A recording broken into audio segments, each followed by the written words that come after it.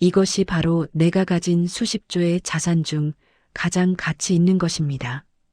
대한그룹 총수가 60만 원이 든 봉투를 높이 들어 올린 순간 회사 로비가 순식간에 조용해졌습니다.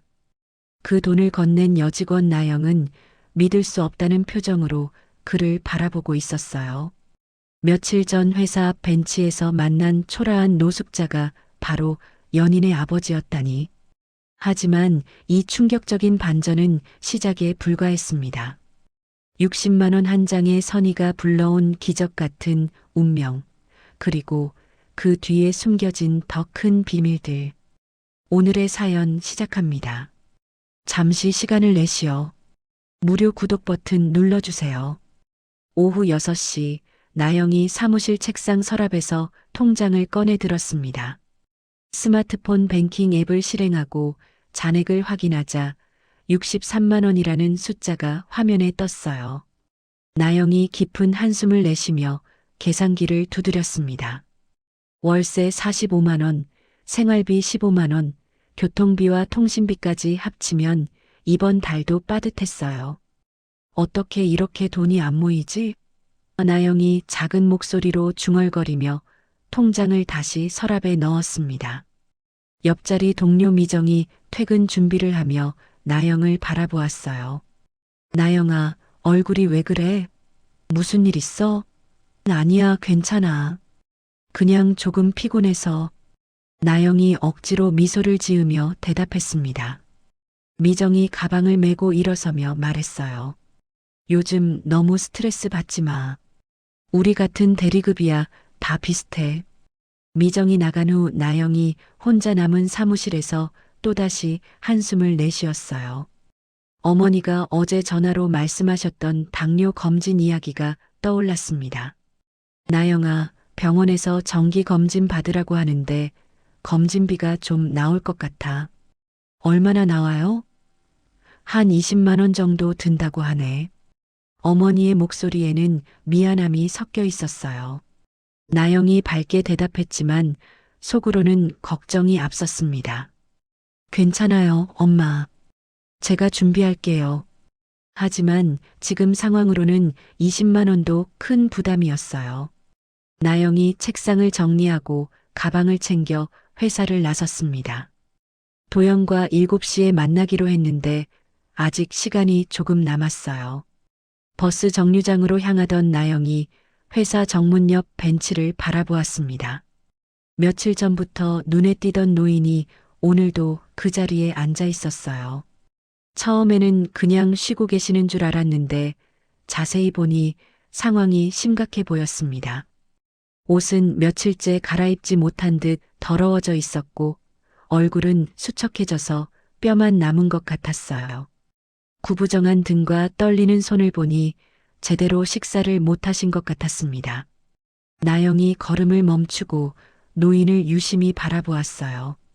저분이 며칠째 저 자리에 계신 걸 봤는데 도대체 어떤 사정이 있으실까요? 그때 회사 경비실에서 경비원 한 명이 나와 노인에게 다가갔습니다. 어르신, 여기서 계속 이러시면 안 됩니다. 회사 앞이라고요. 경비원이 짜증 섞인 목소리로 말했어요. 노인이 천천히 고개를 들어 경비원을 바라보았지만 아무 말도 하지 않았습니다. 그저 깊고 슬픈 눈빛으로 잠깐 바라보더니 다시 고개를 푹 숙였어요. 말씀 안 하시네. 어르신, 다른 곳으로 가세요. 여기 계시면 회사에서 뭐라고 해요. 경비원이 좀 더 큰 소리로 말했습니다. 노인이 벤치에서 일어나려고 했지만 다리에 힘이 없어서 휘청거렸어요. 몇 번 시도해봐도 제대로 일어서지 못했습니다. 경비원이 혀를 차며 돌아서는 모습을 보고 나영의 가슴이 답답해졌어요. 그 순간 정장 차림의 직장인들이 지나가면서 노인을 힐끗 보고는 빨리 지나쳐갔습니다. 쯧쯧, 요즘 이런 분들이 많아졌네. 그게 말이야. 일 안 하고 저러고 있으니까. 지나가는 사람들의 수군거리는 소리가 나영의 귀에 들렸어요. 나영이 주먹을 꽉 쥐었습니다. 저분도 누군가의 아버지이고 할아버지일 텐데 어떻게 저렇게 말할 수 있을까요? 나영이 노인에게 다가가려다가 주저했어요. 자신도 형편이 넉넉하지 않은데 과연 도움을 줄 수 있을까요? 주머니에서 스마트폰을 꺼내 시간을 확인하니 6시 30분이었습니다. 도영과의 약속 시간까지 30분 남았어요. 지금 가야 늦지 않을 텐데 노인의 모습이 계속 머릿속에서 떠나지 않았습니다. 나영이 다시 노인을 바라보니 어깨가 더욱 구부정해져 있었어요. 아무도 자신에게 관심을 보이지 않는다는 걸 아시는 것 같았습니다. 그 순간 나영의 마음속에서 한 가지 생각이 떠올랐어요. 내가 저 상황이라면 어떨까? 만약 자신이 길거리에서 도움이 필요한데 모든 사람이 그냥 지나친다면 얼마나 절망스러울까요? 나영이 결심을 굳히고 도연에게 문자를 보냈습니다. 미안해. 급한 일이 생겨서 30분 정도 늦을 것 같아. 기다려줄 수 있지? 문자를 보내고 나영은 근처 은행으로 향했어요. 마음속에서 점점 확고해지는 결심이 있었습니다. 은행 ATM 앞에 선 나영이 카드를 넣고 화면을 바라보았어요. 잔액 63만 원이 표시되었습니다. 나영이 인출 금액을 입력하려다가 손가락이 떨렸어요.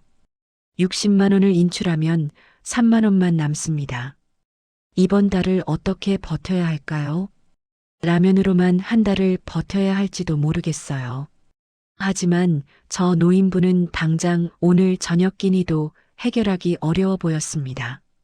잠잘 곳도 없어 보였고요. 나영이 입술을 꽉 깨물고 60만 원을 입력했어요. 괜찮아. 나는 젊으니까 어떻게든 해결할 수 있어. 하지만 저분은 확인 버튼을 누르자 기계에서 60만 원이 나왔습니다. 돈을 받아든 나영의 손이 떨렸어요. 이 돈이 자신의 전 재산이나 다름없었거든요. 편의점에서 깨끗한 봉투 하나를 사고 돈을 정성스럽게 넣었습니다. 봉투를 들고 다시 회사 앞으로 돌아온 나영이 조심스럽게 노인에게 다가갔어요. 노인이 고개를 들어 나영을 바라보았습니다. 그 눈에는 깊은 피로와 체념이 서려 있었어요. 어르신, 나영이 부드러운 목소리로 말을 걸었습니다. 지금 당장의 끼니와 잠자리에 보태세요.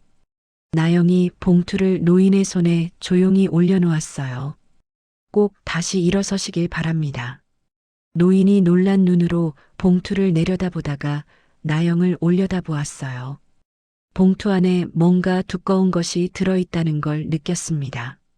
이게 뭡니까? 노인이 떨리는 목소리로 물었어요. 저도 사정은 어렵긴 하지만만 지금은 어르신이 더 급해 보여요. 나영이 따뜻한 미소를 지으며 말했습니다. 저는 젊으니까 어떻게든 헤쳐나갈 수 있어요. 하지만 어르신은 노인의 눈에서 눈물이 글썽였어요.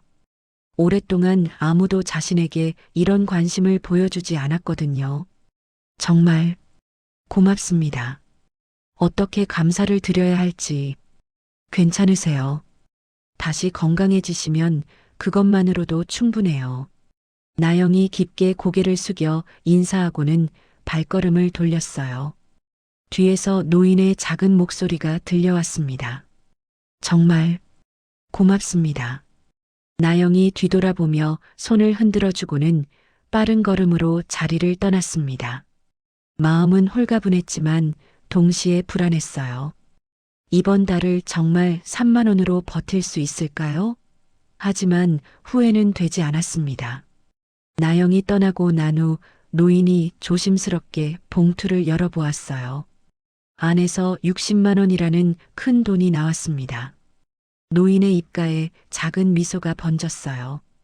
이 노인은 사실 대한그룹의 김 회장이었습니다. 며칠 전부터 노숙자 행세를 하며 사람들의 진짜 마음을 지켜보고 있었던 거예요. 아들 도연의 연인이 어떤 사람인지 직접 확인하고 싶었거든요. 수많은 사람이 지나갔지만 아무도 자신에게 관심을 보이지 않았습니다. 오히려 피하거나 무시했어요. 심지어 경비원에게 쫓겨나기도 했고요. 그런데 저 젊은 여자는 완전히 달랐습니다.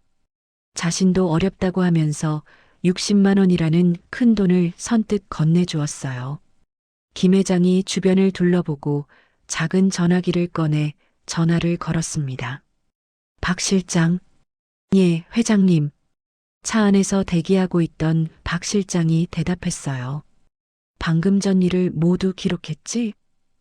네, CCTV는 물론이고 휴대폰으로도 모든 상황을 촬영했습니다.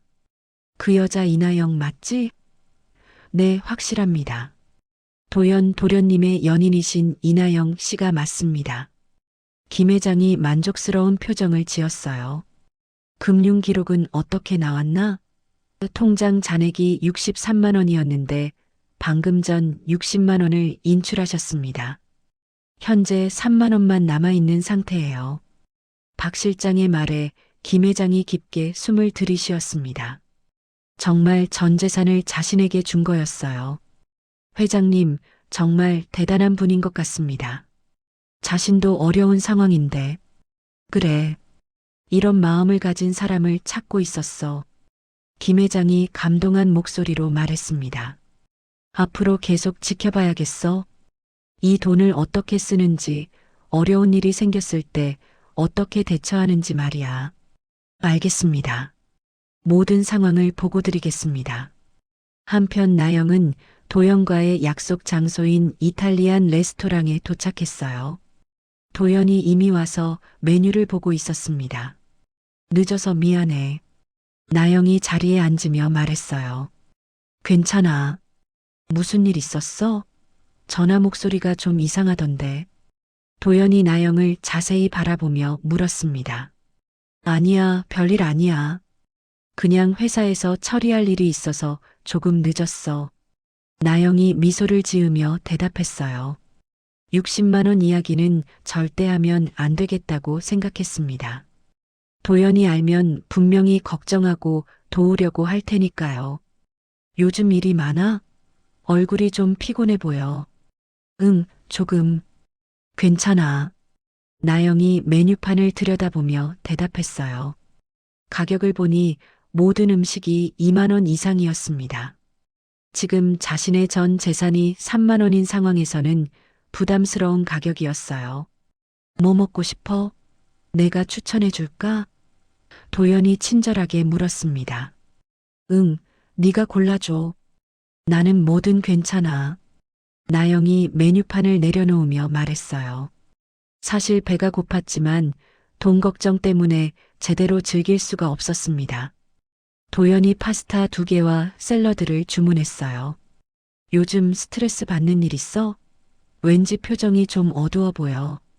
도연이 걱정스러운 표정으로 물었습니다. 엄마 건강검진비 때문에 조금 걱정이야. 20만 원 정도 나온다고 하시더라고. 나영이 솔직하게 말했어요. 이 정도는 말해도 괜찮을 것 같았거든요. 그런 거라면 내가 도와줄게. 20만 원 정도야. 안 돼.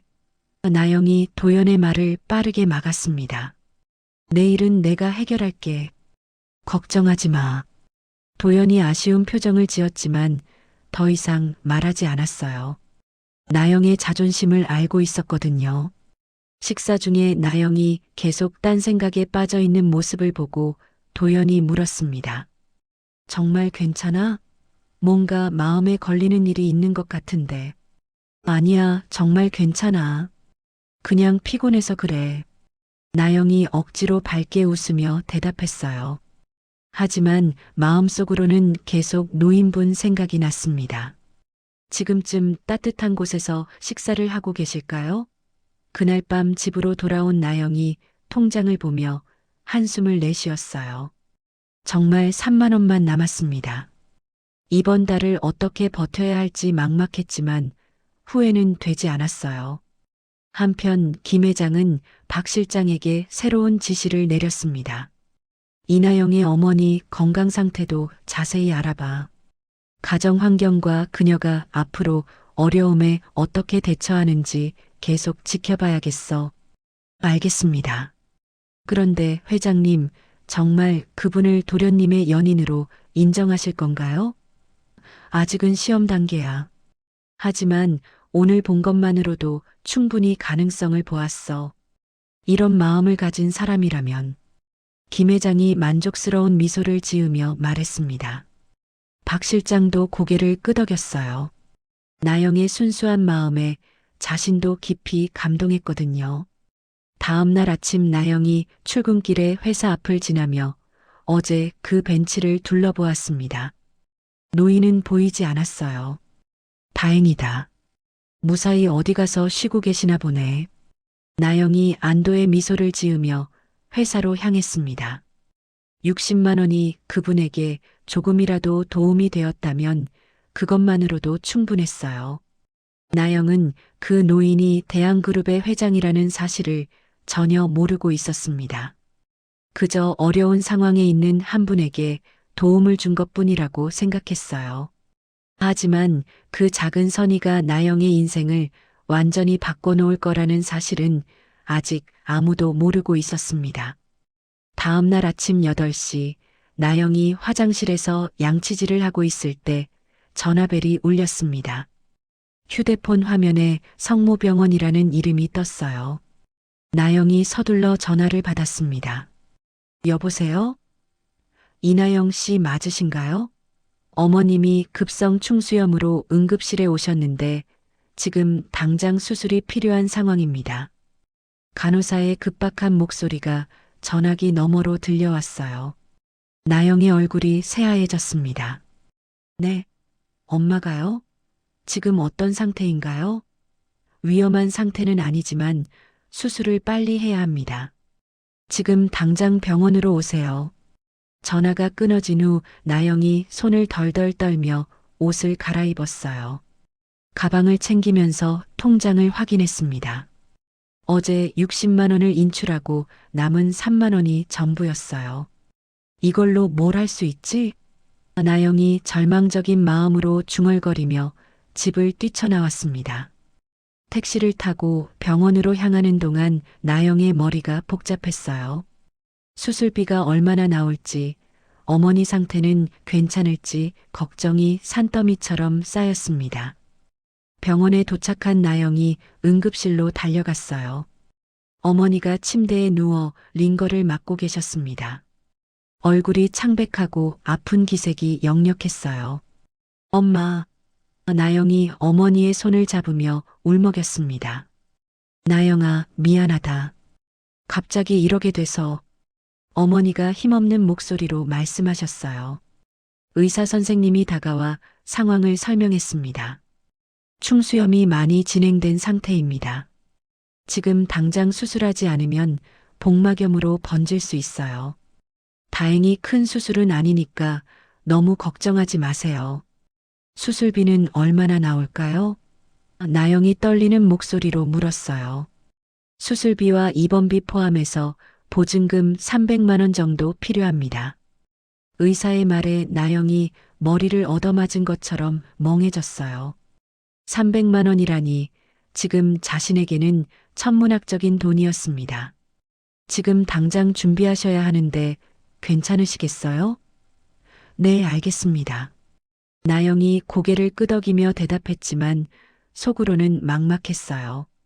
어머니를 혼자 두고 나영이 원무가로 향했습니다. 복도에 앉아 머리를 감싸쥐고 생각했어요. 300만 원을 어떻게 마련해야 할까요? 평소 친하게 지내던 회사 동료들이 떠올랐습니다. 미정이나 수진이에게 부탁하면 조금씩은 빌려줄 수도 있겠죠. 하지만 나영은 고개를 저었어요. 안 돼. 이런 일로 폐를 끼칠 수는 없어. 나영이 스마트폰을 꺼내 중고거래 앱을 실행했습니다. 집에 있는 물건들을 팔면 얼마나 나올까요? 노트북, 가전제품, 옷가지들을 생각해 봤지만 당장 300만 원이 나올 만한 건 없었어요. 이것도 안 되네. 나영이 한숨을 내쉬며 은행 앱을 열었습니다. 마이너스 통장을 개설할 수 있는지 알아봤어요.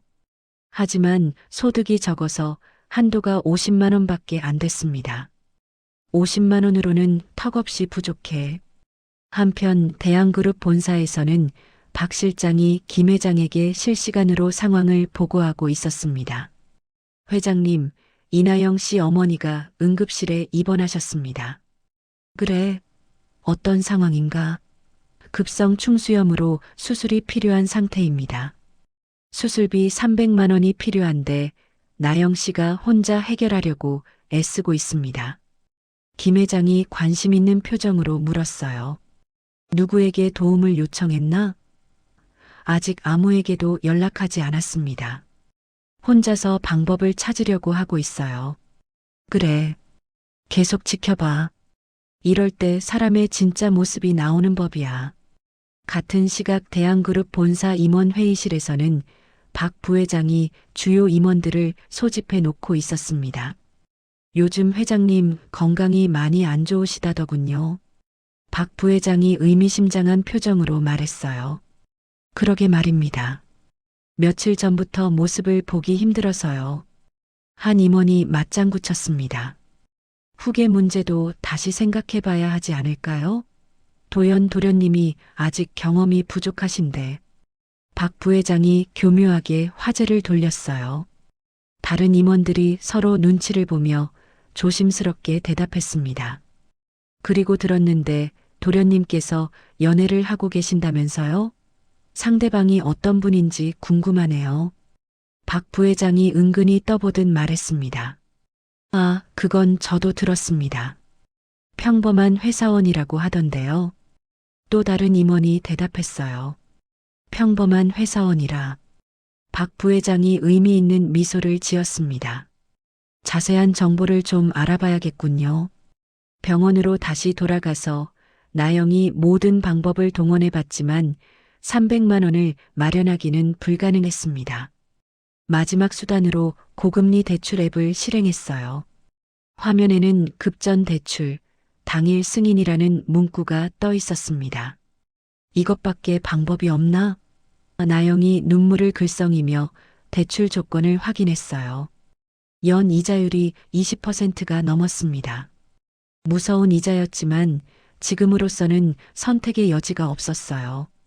나영이 떨리는 손으로 신청 버튼을 누르려는 순간이었습니다. 이나영 씨 보호자분이세요? 원무과 직원이 다가와 말했어요. 네, 맞습니다. 익명의 독지가분께서 어머님의 수술비와 입원비를 모두 결제해 주셨습니다. 네, 뭐라고요? 나영이 믿기지 않는다는 표정으로 되물었습니다. 정말로 어떤 분이 익명으로 300만 원을 모두 결제하셨어요. 누구신지는 알 수 없지만 수술 준비 다 됐습니다. 나영이 그 자리에 주저앉으며 눈물을 펑펑 쏟았어요. 정말인가요? 정말로요? 네, 정말입니다. 어머님 수술 지금 시작하셔도 됩니다. 나영이 감격해서 울면서 고개를 끄덕였습니다. 도대체 누가 이런 도움을 준 걸까요? 혹시 도연이 알고 도와준 건 아닐까 싶어서 전화를 걸어봤어요. 여보세요, 도연아? 응, 나영아. 무슨 일이야? 혹시 너 지금 어디 있어? 회사에 있는데 왜? 도연의 목소리를 들어보니 나영의 상황을 전혀 모르는 것 같았어요. 만약 도연이 도와줬다면 먼저 연락이 왔을 텐데 그런 기색이 전혀 없었습니다. 아니야, 그냥 나중에 얘기할게. 응, 알겠어. 전화를 끊은 나영이 고개를 갸우뚱했어요. 도연이 아니라면 도대체 누가 도와준 걸까요? 어머니의 수술이 무사히 끝나고 나영이 중환자실 밖에서 기다리고 있었습니다. 의사 선생님이 나와서 말했어요. 수술 잘 끝났습니다. 며칠 입원하시면 완전히 회복되실 거예요. 정말 감사합니다. 나영이 깊게 고개를 숙여 인사했습니다. 나영이 복도 의자에 앉아 생각했어요. 어제 자신이 노인에게 60만 원을 건넨 일이 떠올랐습니다. 그 선의가 이렇게 자신에게 돌아온 걸까요? 정말 신기해. 착한 일을 하면 복이 돌아온다더니. 나영이 작은 미소를 지으며 중얼거렸어요. 익명의 독지가분, 정말 감사합니다. 언젠가 꼭 이 은혜를 갚겠습니다. 나영이 마음속으로 다짐했습니다. 이 순간 김 회장이 박 실장으로부터 최종 보고를 받고 있었어요.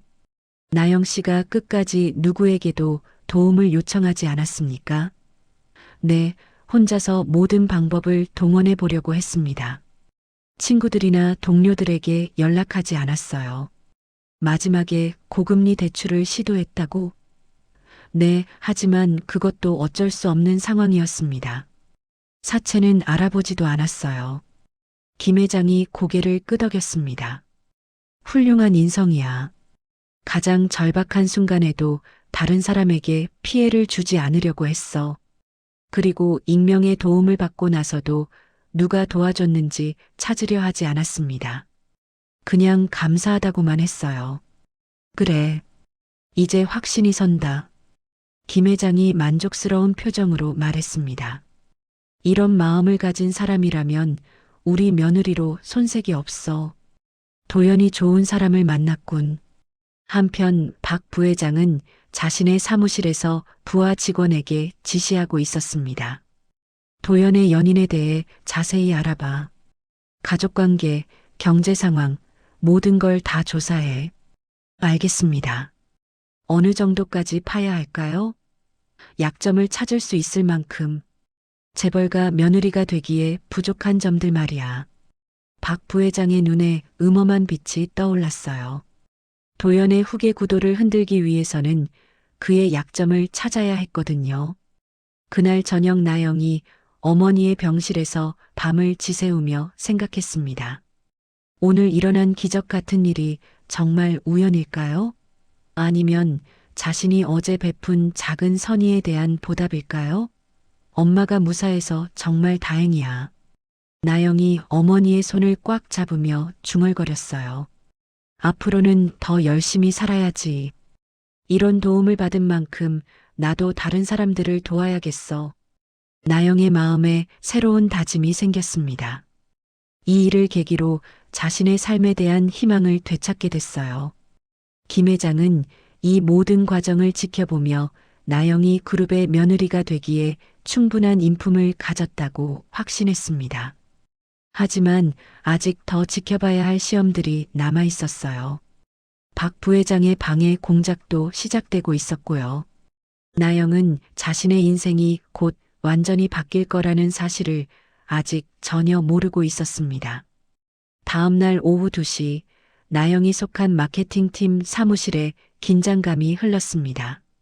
팀장이 급하게 회의실로 모든 직원들을 불러 모았어요. 중요한 발표가 있습니다. 우리 회사가 대한그룹 계열사에 인수되었습니다. 팀장이 무거운 표정으로 말했습니다. 직원들 사이에서 웅성거리는 소리가 들려왔어요. 그리고 구조조정이 예정되어 있는데 마케팅팀이 통폐합 1순위로 지목되었습니다. 팀장의 말에 사무실이 순식간에 조용해졌습니다. 나영의 얼굴이 창백해졌어요.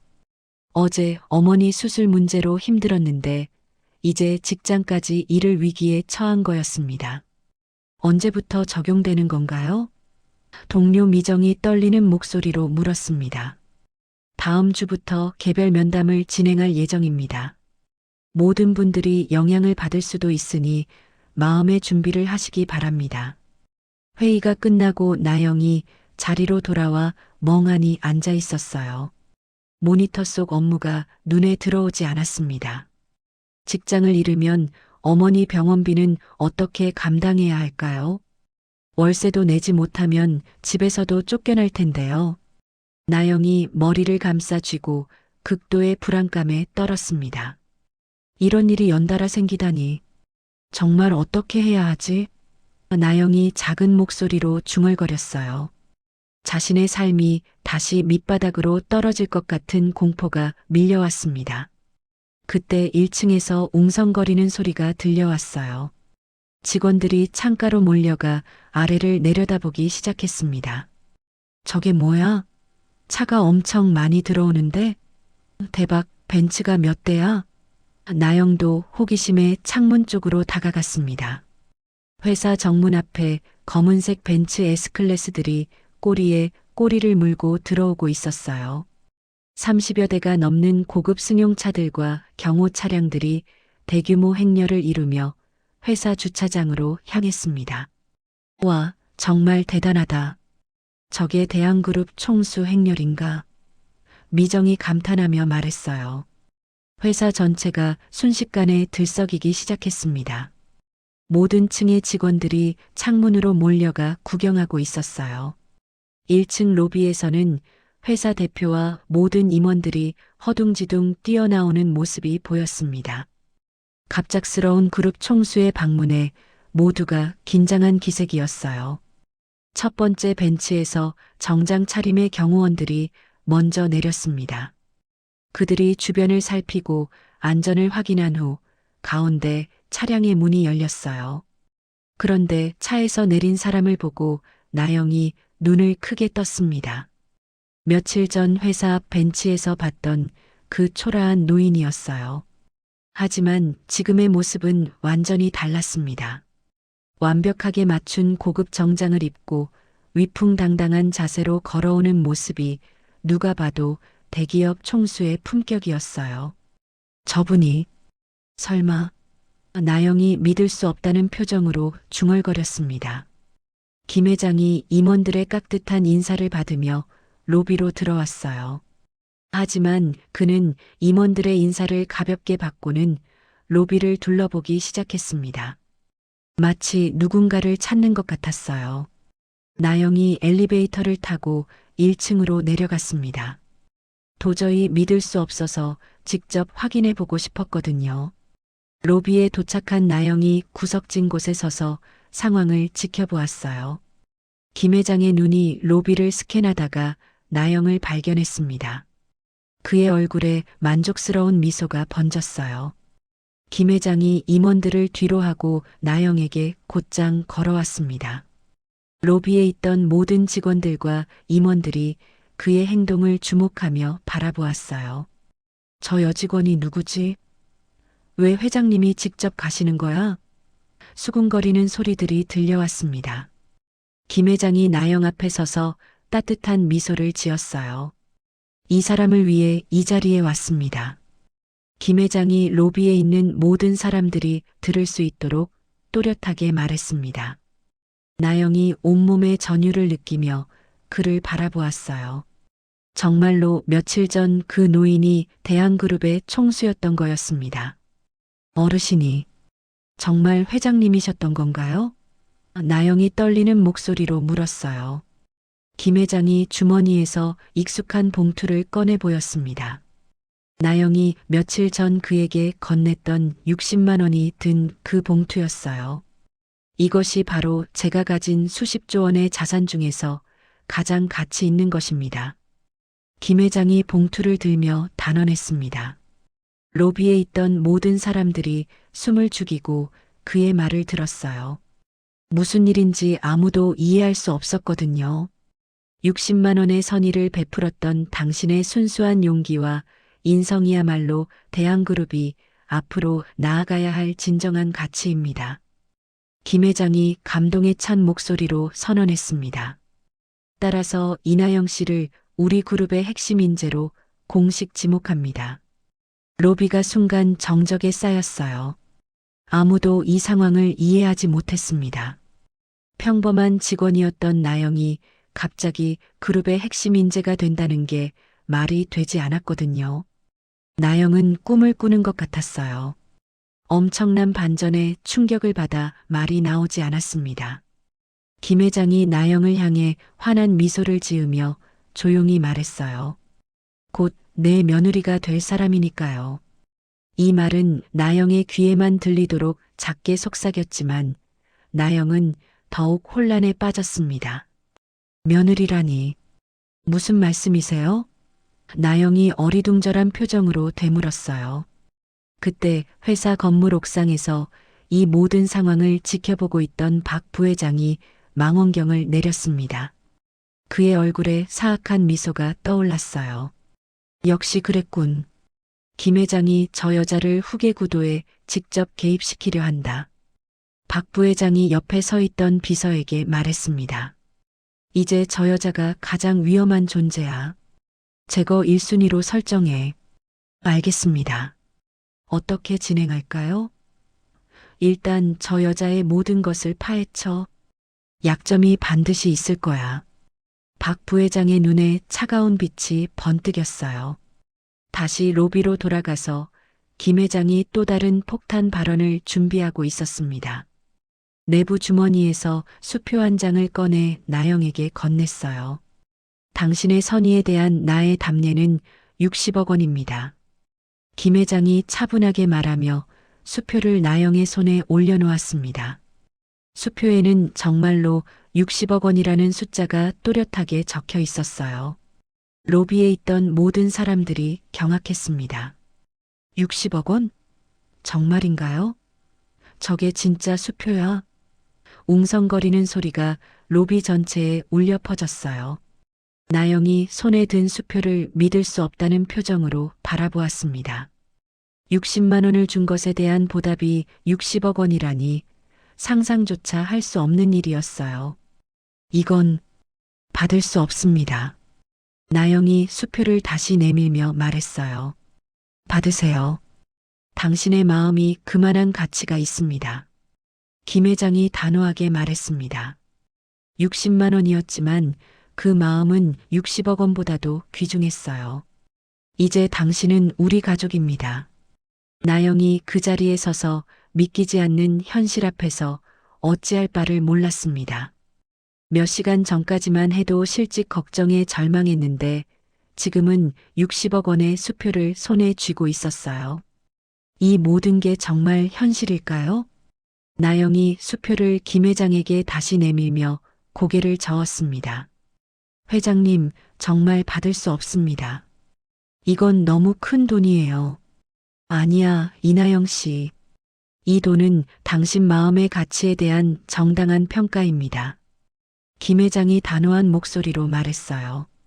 60만 원을 주실 때의 그 진심, 그 순수함이 바로 이만한 가치가 있어요. 나영의 눈에서 눈물이 흘렀습니다. 여전히 믿기지 않는 상황이었거든요. 김 회장이 로비에 모인 모든 직원과 임원들을 바라보며 큰 소리로 말했습니다. 여러분, 제가 며칠 전부터 노숙자 행세를 하며 이곳 앞에서 지켜봤습니다. 모든 사람들이 숨을 죽이고 그의 말을 들었어요.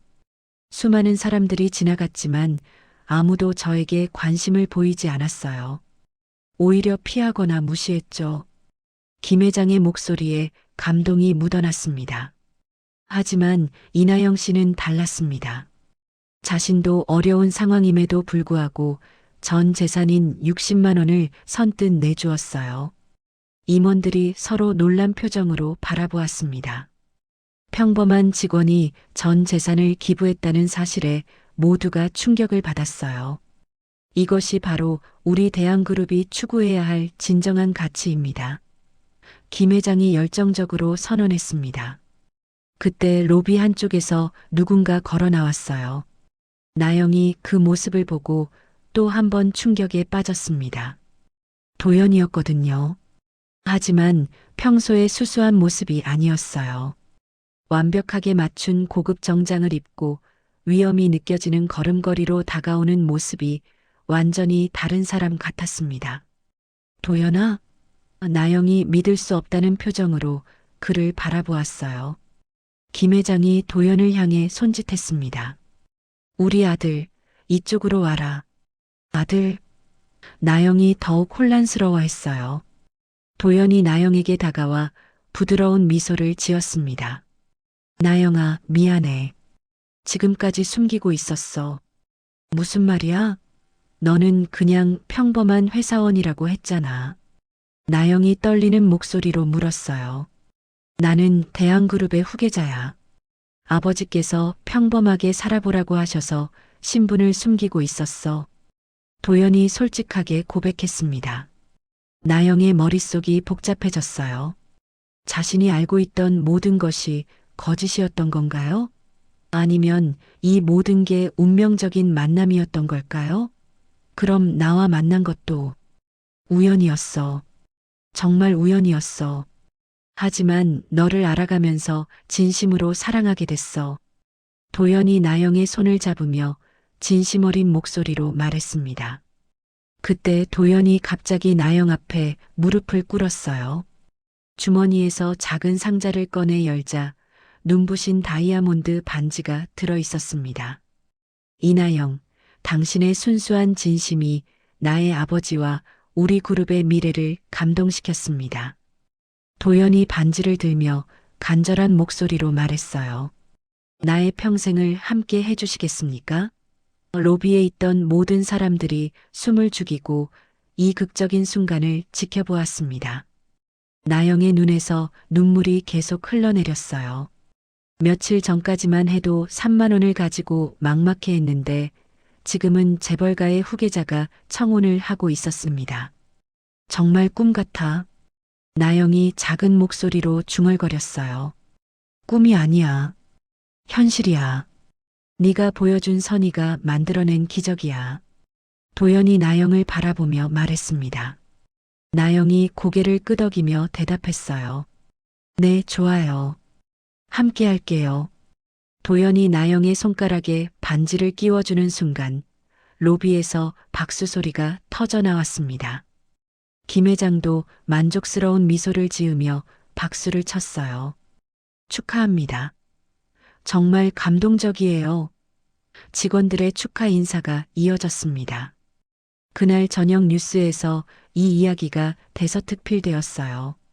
60만 원의 기적, 평범한 직장인이 재벌가 며느리가 되다 선의가 불러온 운명적 만남, 대한그룹 후계자의 극적인 프로포즈 언론들이 앞다퉈의 소식을 보도했습니다. 나영은 단순한 신데렐라 이야기가 아닌 진정한 인간적 가치를 보여준 인물로 주목받기 시작했어요. 한편 박 부회장은 이 모든 상황을 뉴스로 보며 이를 갈았습니다. 이제 더 이상 지체할 수 없어. 저 여자의 과거를 모조리 파헤쳐야겠다. 박 부회장이 비서에게 냉정하게 지시했어요. 나영의 가족관계, 학력, 경제 상황, 모든 것을 조사해. 분명 약점이 있을 거야. 알겠습니다. 바로 진행하겠습니다. 비서가 고개를 끄덕이며 대답했습니다. 며칠 후 나영이 도연과 함께 김 회장의 저택으로 이사했어요. 어마어마한 규모의 집을 보고 나영이 입을 다물지 못했습니다. 정말 여기서 살아도 되는 건가? 당연하지. 이제 우리 가족이잖아. 도연이 나영의 어깨를 감싸며 말했어요. 김 회장이 나영에게 다가와 따뜻하게 말했습니다. 며느리가 될 사람이니까 재벌가의 예절도 배우고 그룹 경영에 대해서도 알아야 해요. 네, 열심히 배우겠습니다. 나영이 고개를 숙이며 대답했어요. 그날 밤 나영이 도연에게 진심을 털어놓았습니다. 도연아, 나는 60억 원 때문에 여기 있는 게 아니야. 나도 알고 있어.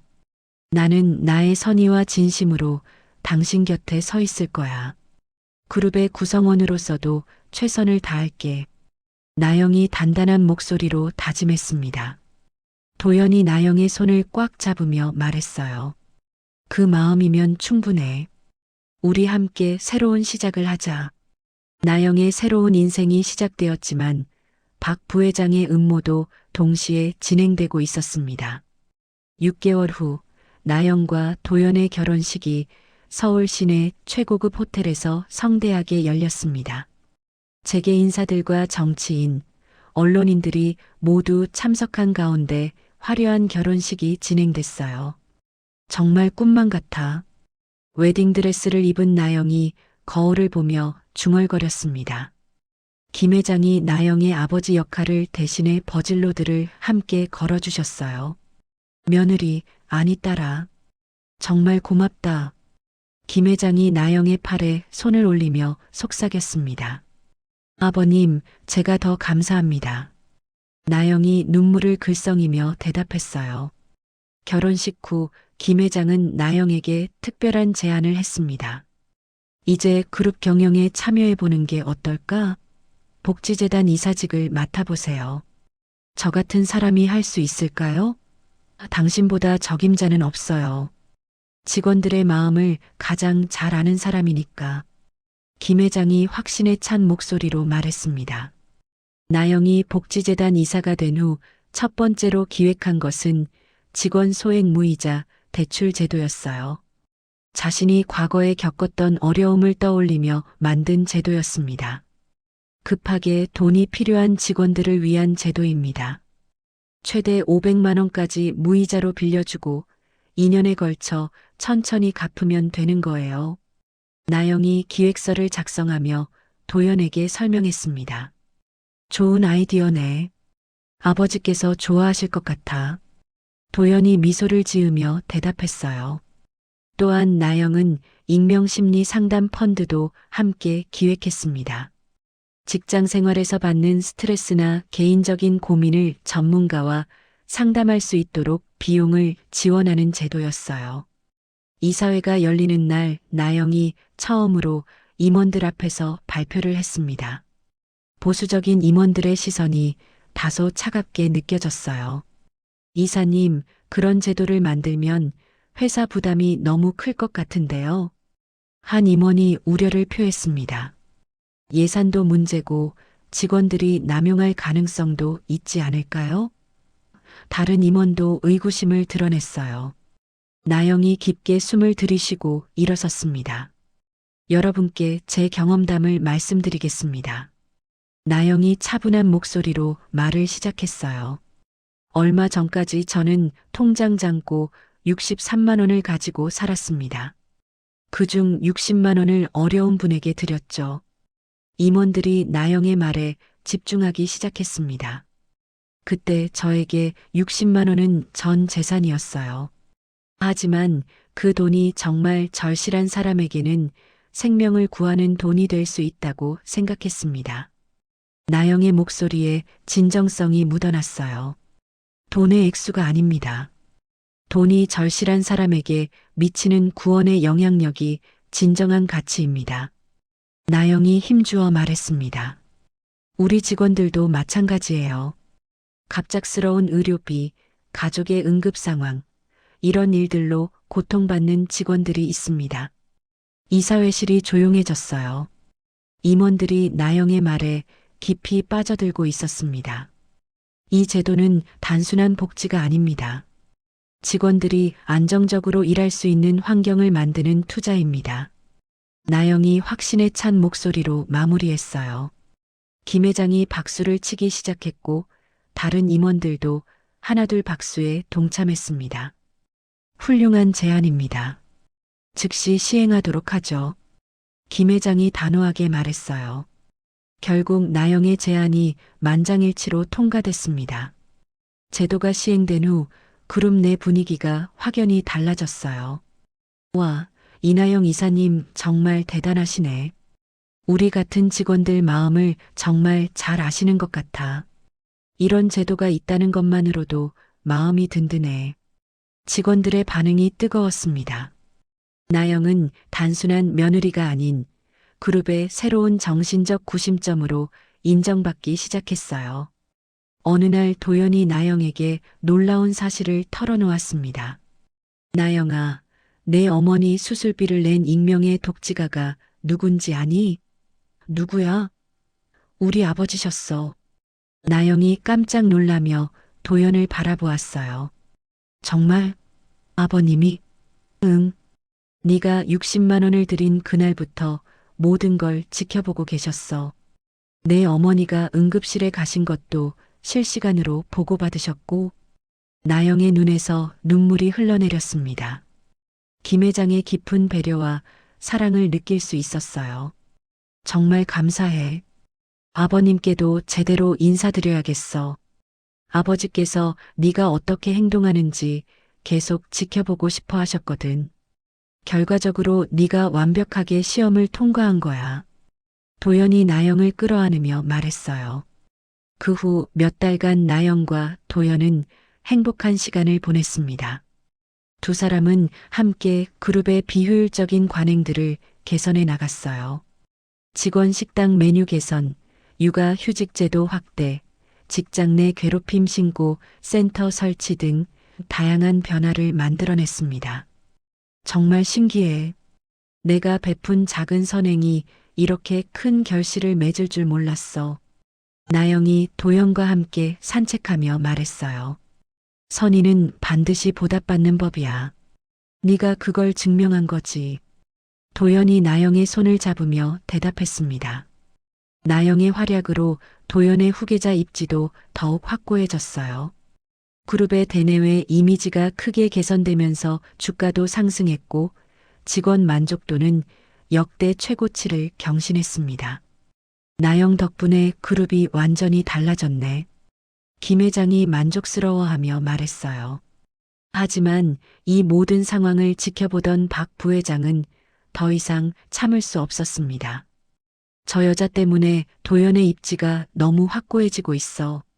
박 부회장이 비서에게 차갑게 말했어요. 이제 마지막 카드를 써야겠다. 저 여자의 과거를 완전히 파헤쳐서 스캔들을 만들어야 해. 어떤 식으로 진행할까요? 언론을 이용해서 나영의 과거를 왜곡하고 그룹 내 반대 세력을 규합하는 거야. 박 부회장의 눈에 음험한 빛이 떠올랐어요. 행복한 절정의 순간 나영과 도연은 앞으로 닥칠 위기를 전혀 예상하지 못하고 있었습니다. 행복했던 시간이 지나고 1년 후 김 회장이 회의 중 갑자기 가슴을 움켜쥐며 쓰러졌습니다. 회장님, 참석자들이 놀라 달려갔지만 김 회장은 이미 의식을 잃은 상태였어요.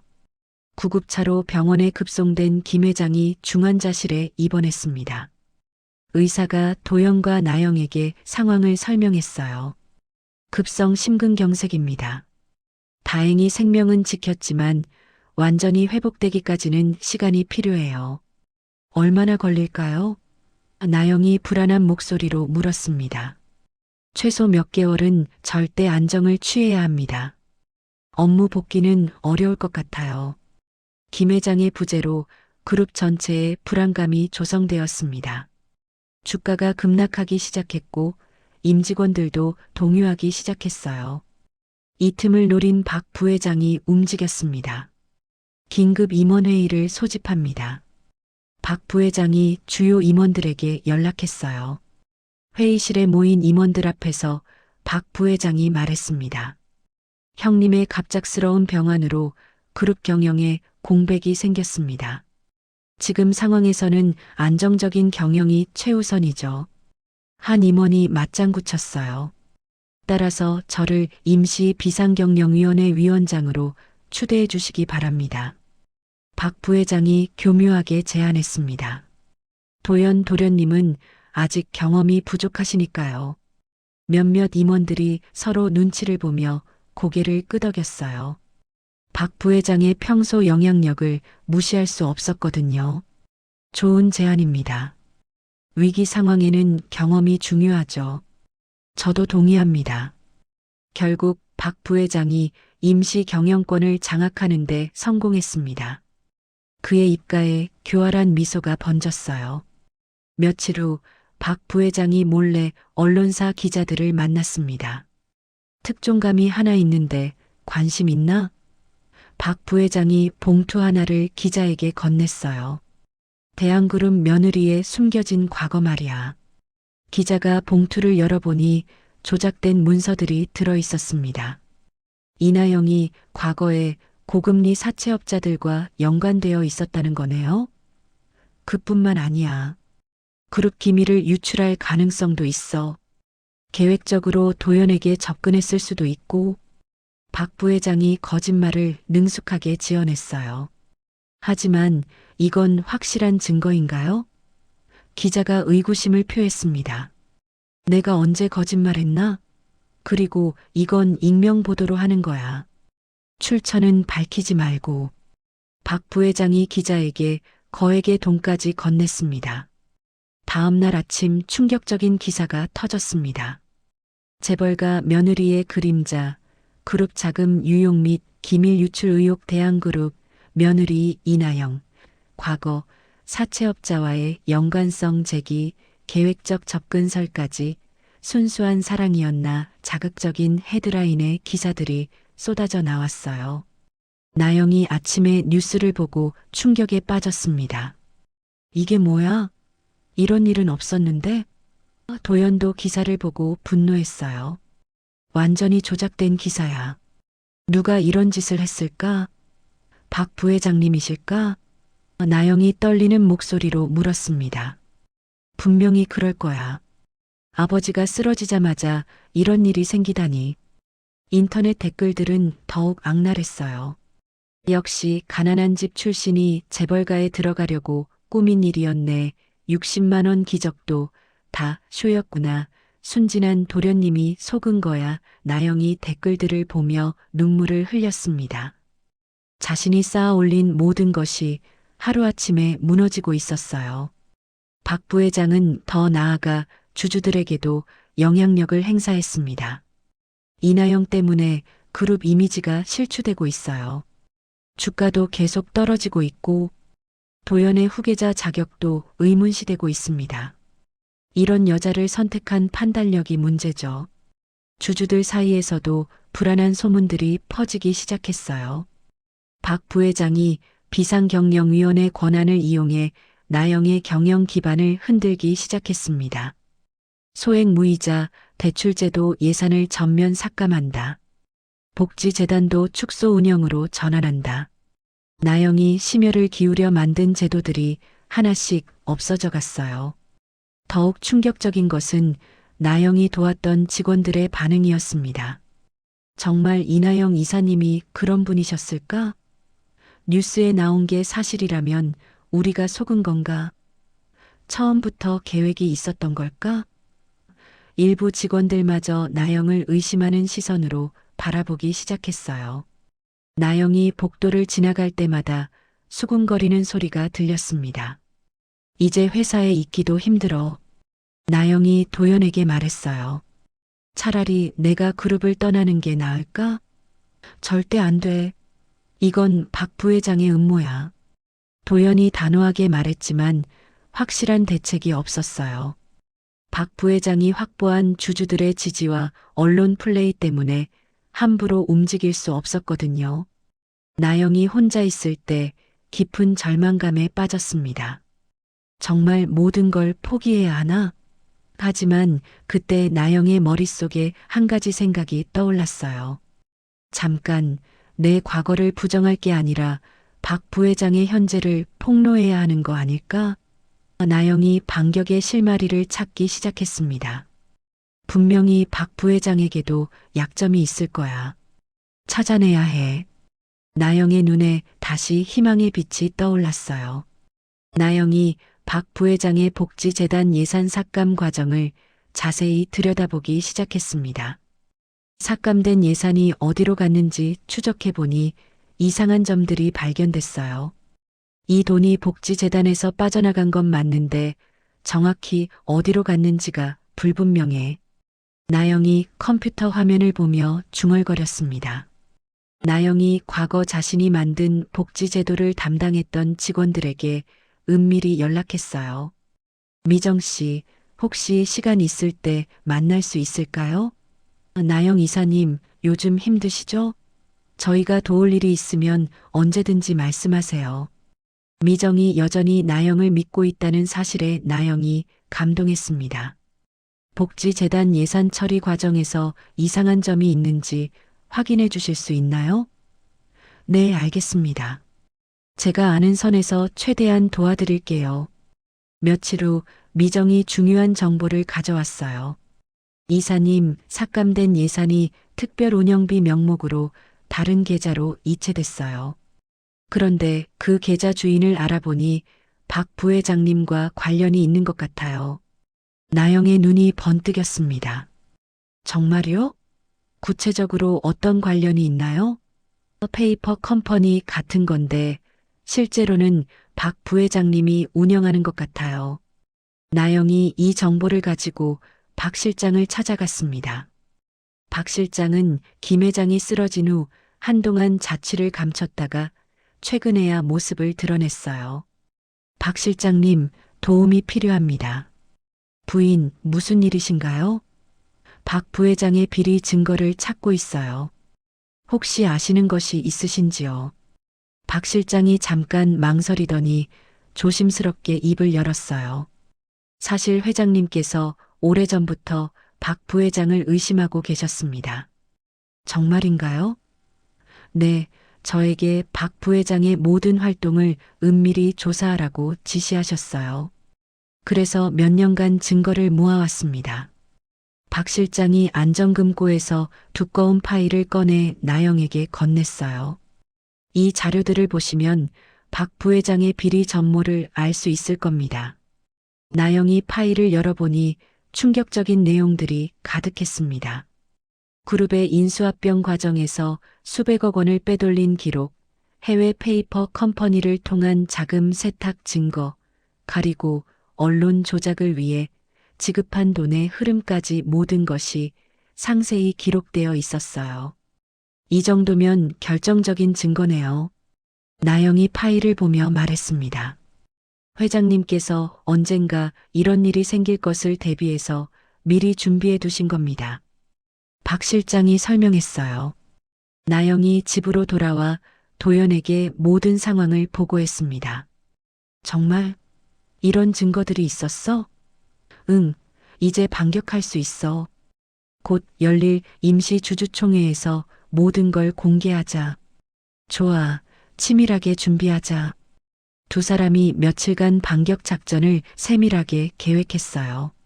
나영이 직접 연설하고 도연이 증거 자료를 뒷받침하는 역할을 맡기로 했습니다. 임시주주총회 당일 대회의실에 주주들과 임원들이 가득 모였습니다. 박 부회장이 연단에 올라 자신만만한 표정으로 말했어요. 여러분, 지금 우리 그룹은 심각한 위기에 처해 있습니다. 도연의 무능한 경영과 그의 아내로 인한 각종 스캔들 때문에 그룹 이미지가 실추되고 있어요. 박 부회장이 목소리를 높였습니다. 따라서 저를 정식 회장으로 선임해 주시기 바랍니다. 박 부회장의 연설이 끝나자 박수 소리가 듬성듬성 들려왔어요. 그때 나영이 자리에서 일어났습니다. 잠깐 제가 한 말씀 드려도 될까요? 당신이 뭘 할 수 있다고. 박 부회장이 비웃으며 말했어요. 나영이 당당하게 연단으로 걸어 올라갔습니다. 회의실이 조용해졌어요. 여러분, 저에 대한 기사들이 많이 나왔죠. 그중 일부는 사실입니다. 나영이 침착하게 말을 시작했어요. 사람들이 웅성거리기 시작했습니다. 저는 과거에 정말 어려운 시절을 보냈어요. 통장에 63만 원밖에 없었고 그중 60만 원을 어려운 분에게 드렸습니다. 나영의 목소리에 진정성이 묻어났어요. 저의 60만 원은 생존을 위한 절박함이었습니다. 하지만 그 돈이 누군가에게는 생명을 구하는 돈이 될 수 있다고 믿었어요. 회의실이 숙연해졌습니다. 나영이 리모컨을 들어 대형 스크린을 켰어요. 하지만 이것을 보시죠. 화면에 박 부회장의 비리 장부가 떠올랐습니다. 박 부회장께서 지난 5년간 그룹에서 빼돌린 돈이 수백억 원입니다. 이것이야말로 그룹 전체를 파탄시킬 수 있는 진짜 탐욕입니다. 나영이 강하게 외쳤어요. 박 부회장의 얼굴이 창백해졌습니다. 저건 조작이야. 조작이 아닙니다. 도연이 일어서며 추가 자료를 공개했어요. 해외 페이퍼 컴퍼니, 자금 세탁 증거, 언론 매수 기록까지 모든 게 여기 있습니다. 주주들이 경악하며 서로 수군거렸어요. 이런 일이 있었다니. 우리가 속고 있었구나. 박 부회장이 진짜 문제였네. 여론이 순식간에 나영과 도연 쪽으로 기울어졌습니다. 박 부회장이 당황하며 변명하려 했지만 이미 늦었어요. 잠깐, 이건 누명이야. 나를 음해하려는 거야. 그때 회의실 뒤쪽 문이 열리며 검찰 수사관들이 들어왔습니다. 박 부회장님, 횡령과 배임 혐의로 체포합니다. 뭐야? 이게 무슨... 박 부회장이 수갑을 차고 끌려나가는 모습을 보며 모든 사람들이 충격에 빠졌어요. 도연이 연단에 올라 마무리 발언을 했습니다. 여러분, 저희가 아버지의 명예와 그룹의 안정성을 지켜냈습니다. 앞으로도 신뢰받는 경영을 약속드립니다. 주주총회장에서 뜨거운 박수가 터져 나왔어요. 그날 저녁 병원에서 김 회장이 뉴스를 보며 흐뭇한 미소를 지었습니다. 역시 내가 본 눈이 맞았어. 김 회장이 옆에 있던 간병사에게 말했어요. 나영이가 단순히 착한 며느리가 아니라 그룹을 구할 능력까지 갖췄구나. 나영과 도연이 병원을 찾아와 김 회장에게 인사했습니다. 아버님, 걱정 끼쳐드려서 죄송했어요. 미안할 것 없어. 너희들이 훌륭하게 해결했잖아. 김 회장이 나영의 손을 꽉 잡으며 말했어요. 이제 정말 우리 가족이 됐구나. 위기를 극복한 나영이 그룹의 진정한 정신적 리더로 자리매김했고 도연과의 사랑도 더욱 견고해졌습니다. 3개월 후 김 회장이 건강을 완전히 회복하고 퇴원했습니다. 병원 로비에서 나영과 도연이 휠체어를 밀며 김 회장을 맞이했어요. 아버님, 정말 다행이에요. 나영이 김 회장의 손을 잡으며 안도의 미소를 지었습니다. 며느리 덕분에 이렇게 빨리 회복할 수 있었어.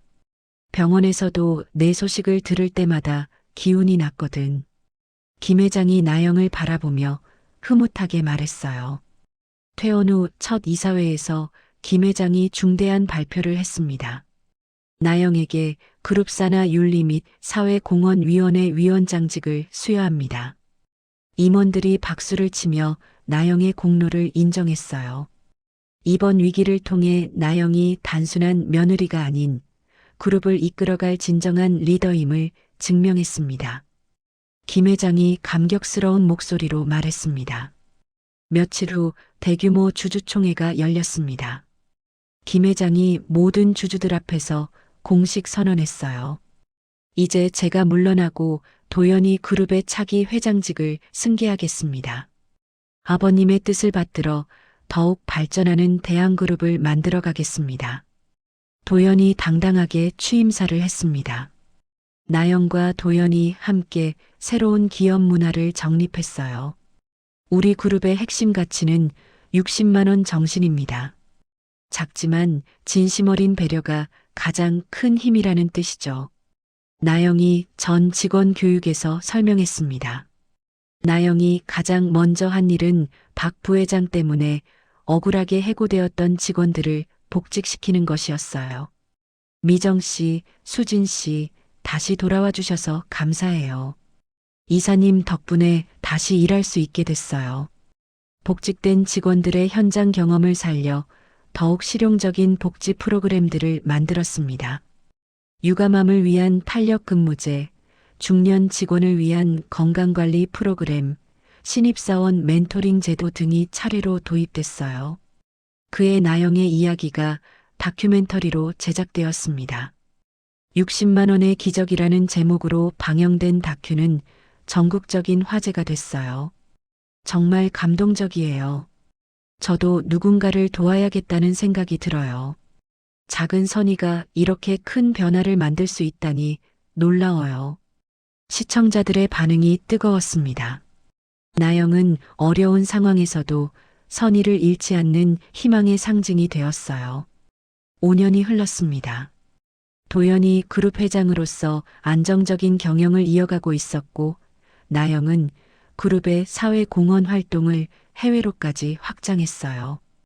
캄보디아에 학교 10개를 추가로 건설하고 아프리카에는 식수시설을 지원하는 프로젝트를 진행하겠습니다. 나영이 국제자선단체들과의 회의에서 발표했습니다. 그 사이 두 사람에게는 아들 1명과 딸 1명이 태어났어요. 7살 된 아들 민수와 5살 된 딸 지은이가 할아버지 김 회장과 함께 정원에서 놀고 있었습니다. 할아버지, 엄마가 왜 유명해요? 민수가 호기심 가득한 눈으로 물었어요. 너희 엄마는 어려운 사람들을 도와주는 천사 같은 분이야. 그래서 많은 사람들이 좋아하는 거란다. 김 회장이 손자를 무릎에 앉히며 설명했습니다. 우리도 엄마처럼 착하게 살아야 해요? 지은이가 맑은 목소리로 물었어요. 그럼 나눔과 진심이 가장 중요한 거야. 김 회장이 손녀의 머리를 쓰다듬으며 말했습니다. 어느 주말 오후 나영과 도연이 아이들과 함께 특별한 장소를 찾았습니다. 바로 나영이 처음 60만 원을 건넸던 회사 앞 벤치였어요. 그 옆에는 작은 기념 조형물이 세워져 있었습니다. 나눔의 시작이라는 이름의 조형물 아래에는 김 회장이 직접 쓴 문구가 새겨져 있었어요. 가장 값진 투자는 인간의 마음에 있다. 엄마, 이게 뭐예요? 민수가 조형물을 가리키며 물었습니다. 이곳이 엄마와 아빠의 운명이 시작된 곳이야. 나영이 벤치에 앉으며 아이들에게 설명했어요. 엄마가 어려운 할아버지를 도와드린 곳이고 그 할아버지가 바로 너희들의 증조 할아버지셨던 거야. 도연이 나영 옆에 앉으며 아이들을 바라보았습니다. 정말 신기한 일이었구나. 지은이가 감탄하며 말했어요. 해가 지고 있는 조용한 오후, 도연이 나영에게 다가와 속삭였습니다. 당신이 보여준 60만 원의 가치는 우리 그룹을 영원히 지탱할 유산이야. 도연이 나영의 이마에 부드럽게 입 맞추었어요. 나영이 벤치에 앉아 지난 시간들을 돌아보았습니다. 통장에 3만 원만 남았을 때의 절망감, 어머니 수술비 걱정, 직장을 잃을 뻔한 공포, 그리고 언론의 악의적인 공격까지. 하지만 그 모든 어려움을 이겨내고 지금의 행복을 얻을 수 있었어요. 정말 꿈만 같아. 그때의 작은 선행이 이렇게 큰 축복으로 돌아올 줄 몰랐어. 나영이 감사한 미소를 지으며 중얼거렸습니다. 엄마, 우리도 어려운 사람들 도와줄 수 있어요? 민수가 나영의 손을 잡으며 물었어요. 물론이지. 우리 모두 함께 도움이 필요한 사람들을 도와주자. 나영이 아이들을 끌어안으며 대답했습니다. 도영과 나영이 아이들과 함께 조형물 앞에 서서 새로운 대한그룹의 미래를 바라보았습니다. 60만 원으로 시작된 작은 선의가 이제는 전 세계로 뻗어나가는 거대한 사랑의 물결이 되었어요. 석양이 네 사람의 실루엣을 따뜻하게 비추며 아름다운 이야기는 새로운 시작을 약속하는 희망찬 장면으로 막을 내렸습니다. 60만 원이라는 작은 돈에서 시작된 나영의 이야기는 우리에게 진정한 선의의 가치가 무엇인지 보여주었습니다. 돈의 크기가 아니라 마음의 크기가, 물질적 풍요가 아니라 정신적 풍요가 얼마나 소중한지를 깨닫게 해주죠. 나영이 어려운 순간에도 타인을 먼저 생각했던 그 마음이 결국 자신에게 가장 큰 축복으로 돌아왔습니다. 때로는 우리가 베푼 작은 친절과 선의가 예상치 못한 기적을 만들어낼 수 있다는 희망적인 메시지를 전해줍니다. 현실에서도 나영처럼 어려운 이웃에게 따뜻한 손길을 내밀 수 있는 마음을 가졌으면 좋겠습니다. 작은 선의가 모여 더 나은 세상을 만들어갈 수 있을 테니까요. 이야기를 끝까지 들어주신 분이 계시다면 잘 들었다고 댓글 하나만 남겨주세요. 감사합니다.